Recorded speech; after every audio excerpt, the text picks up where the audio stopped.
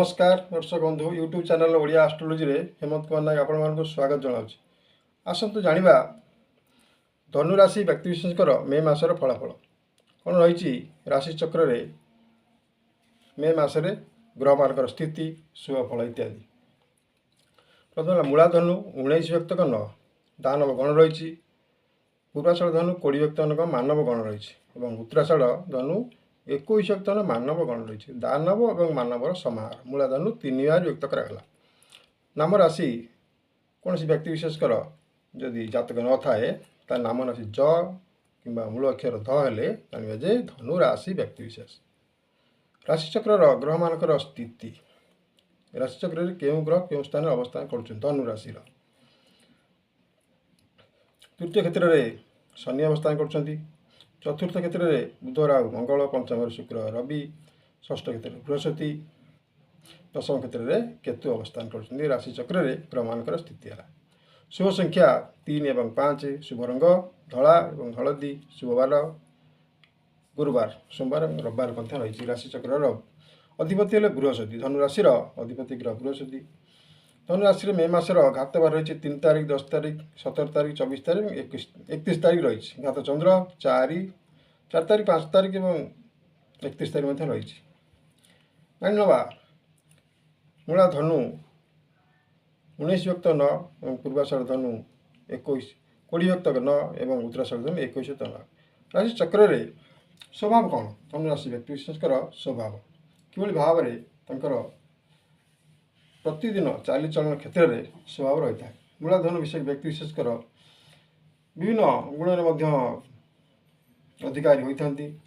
वीर पुरुष चमना उदार कलाप्रेमी एवं सर्वजन वशकारी बहु सुखी गुरुमान्य प्रशंसा भाजन एवं लोभाशक्त कर्मवीर उद्योगी बहु बुद्धि पारंगम आगुआ था।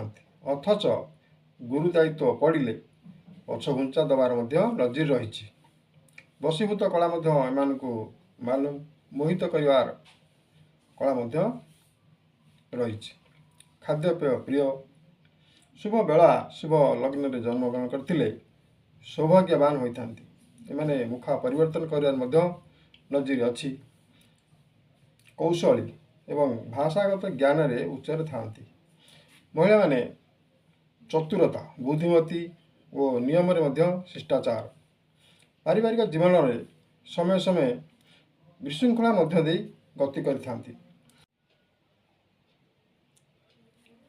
धनुराशि पूर्वाषाढ़ नक्षत्र 20/9 मानव गण रही। कौन रही व्यक्ति विशेषकर स्वभाव पूर्वाषाढ़ धनु मित्रादि हेले बृहस्पति मानव गण बहु जनप्रिय एवं देवभक्त धर्म कार्य मन निवेश करथांती। कला विद्यारे स्नेही एवं ज्ञानवंत दैवीय शक्तिर आधार कला एवं कौशल करी खर्च करी 2 गुण संचय करिवार क्षमता थाए। एमानंक पाखरे दाता दयालु एवं मानी एवं सत्कर्मधारी एवं शुभेशधारी भोगविलासी एमाने बंधु स्नेह प्रेम भाव में बांधि रही। महिला माने बुद्धि विद्यार धुरंधर और समस्त प्रिय भाजन होता। भाग्य को निजे गठन करती। देखा उत्तराषाढ़ धनुराशि उत्तराषाढ़ नक्षत्र 21 व्यक्त 9 धनुराशि मानव गण रही। तो व्यक्ति विशेषकर कौन रही स्वभाव मित्राधिपति हेले बृहस्पति मानव गण रूपवंत दयावंत और क्षमताशील देवभक्त कीर्तिमान अनेक शुभ कार्य योगदान दे था। उक्त व्यक्ति विशेष नम्र कृतज्ञ और समस्त प्रिय पात्र धर्मपरायण एवं न्याय विचारवंत अधिकारी एवं उच्च विद्यार अधिकारी होती। डॉक्टर इंजीनियर इत्यादि उच्च पाह्यारे रही था। धनुराशि तृतीय क्षेत्र में शनिकर अवस्थान व्यक्तिर शनि तृतीय क्षेत्र में कुंभरे अवस्थान कर। पराक्रमी एवं दैविक शक्तिर वृद्धि कर्म क्षेत्र में सफलता संपत्ति और कर्मवान संपत्ति और कर्म लाभ शत्रुतार विजय स्वास्थ्यगत समस्या दूर और वाणिज्य व्यवसाय କ୍ଷେତ୍ରରେ ମଧ୍ୟ ଲାଭଦାୟକ, ଯାନବାହନ ଯାତାୟାତରେ ସଫଳ ରହିବେ, ବନ୍ଧୁତାର ସ୍ନେହପୂର୍ଣ୍ଣ ଭାବ ରହିବ ଏବଂ ପ୍ରେମ ଭାବପୂର୍ଣ୍ଣ ରହିବେ ମଧ୍ୟ। ବିଦ୍ୟା କ୍ଷେତ୍ରରେ ଅଗ୍ରଗତି, ମହିଳାମାନେ ନିଜର କାର୍ଯ୍ୟ ଦକ୍ଷତା ବୃଦ୍ଧି କ୍ଷେତ୍ରରେ ଅଗ୍ରଗତି ଲାଭ କରିବେ। ଧନୁ ରାଶିର ଚତୁର୍ଥ କ୍ଷେତ୍ରରେ ମଙ୍ଗଳ, ରାହୁ, ବୃହସ୍ପତି ଅବସ୍ଥାନ, ବୁଧ ଅବସ୍ଥାନ, ବୁଧଙ୍କର ଗମନ ମଧ୍ୟ ରହିଛି ମେଷ ରାଶିକୁ 10 ତାରିଖ ବେଳକୁ ସମୟରୁ ଗମନ ରହିଛି। ତାହେଲେ ମଙ୍ଗଳ ସହିତ ରାହୁ ଯୋଗକାରକ ହୋଇ ରହିବେ। ବୁଧଙ୍କର ଚଳନ, ଚତୁର୍ଥ ସ୍ଥାନ ଯାନବାହନ ସ୍ଥାନ, ଗୃହ କାର୍ଯ୍ୟ, ଶୁଭ କାର୍ଯ୍ୟ ଇତ୍ୟାଦି, ମାତୃସୁଖ ଇତ୍ୟାଦି ଆଲୋଚନା କରାଯାଏ। ମାଙ୍କର ଶରୀର ଏବଂ ଅବସ୍ଥା ଇତ୍ୟାଦି ବିଷୟରେ ଶୁଭ ଫଳ ପ୍ରାପ୍ତିମାନ ଜଣାଯାଏ। ବନ୍ଧୁବାନ୍ଧବଙ୍କ ମଧ୍ୟରେ ଶତ୍ରୁତା, ସ୍ନେହ ପ୍ରେମ ଇତ୍ୟାଦି ବିଷୟରେ ଆଲୋଚନା। ଚତୁର୍ଥ କ୍ଷେତ୍ରରେ ମଙ୍ଗଳ ରାହୁ ସହିତ ଯୋଗକାରକ ରହିଥିବାରୁ ଯାନବାହନ ଯାତାୟାତ କ୍ଷେତ୍ରରେ ମଧ୍ୟ ବିପଦ ରହିଛି, କ୍ଷୟକ୍ଷତିର ସମ୍ଭାବନା, ମାତୃକଷ୍ଟ, ରକ୍ତହୀନତା ଏବଂ ପାରିବାରିକ ଦୁଃଖ। ବାଣିଜ୍ୟ ବ୍ୟବସାୟରେ ସତର୍କତା ଅବଲମ୍ବନ କରିବାର ରହିଛି। ଲାଭାଂଶ ସନ୍ତୋଷଜନକ ହୋଇନପାରେ, ଦୁଃଖ କଷ୍ଟ ଏବଂ ସରକାର ପ୍ରତି ବିଦ୍ରୋହ ମନୋଭାବ ରହିବ ଇତ୍ୟାଦି ଅସୁବିଧା ମାନ ମେ ମାସରେ ଆପଣଙ୍କର ଦେଖାଦେବାର ରହିଛି। ପଞ୍ଚମ କ୍ଷେତ୍ରରେ ଶୁକ୍ର, ରବି ଅବସ୍ଥାନ କରୁଛନ୍ତି। ବୁଧଙ୍କର 10 ତାରିଖ ବେଳକୁ ଗମନ ହେବ। ରବି ମଧ୍ୟ 14 ତାରିଖ ବେଳକୁ ବୃଷକୁ ଗମନ କରିବେ। ବର୍ତ୍ତମାନ ଦେଖିବା ଶୁକ୍ର ସହିତ ବୁଧ ଯୋଗକାରକ ହୋଇ ରହିବେ। ପଞ୍ଚମ କ୍ଷେତ୍ର ସନ୍ତାନମାନଙ୍କର କ୍ଷେତ୍ର, ଶୁଭାଶୁଭ ବିଚାର, ବୁଦ୍ଧି ବିଦ୍ୟା କ୍ଷେତ୍ରରେ ଅଗ୍ରଗତିର ଲାଭ ଆଲୋଚନା ବିଷୟ।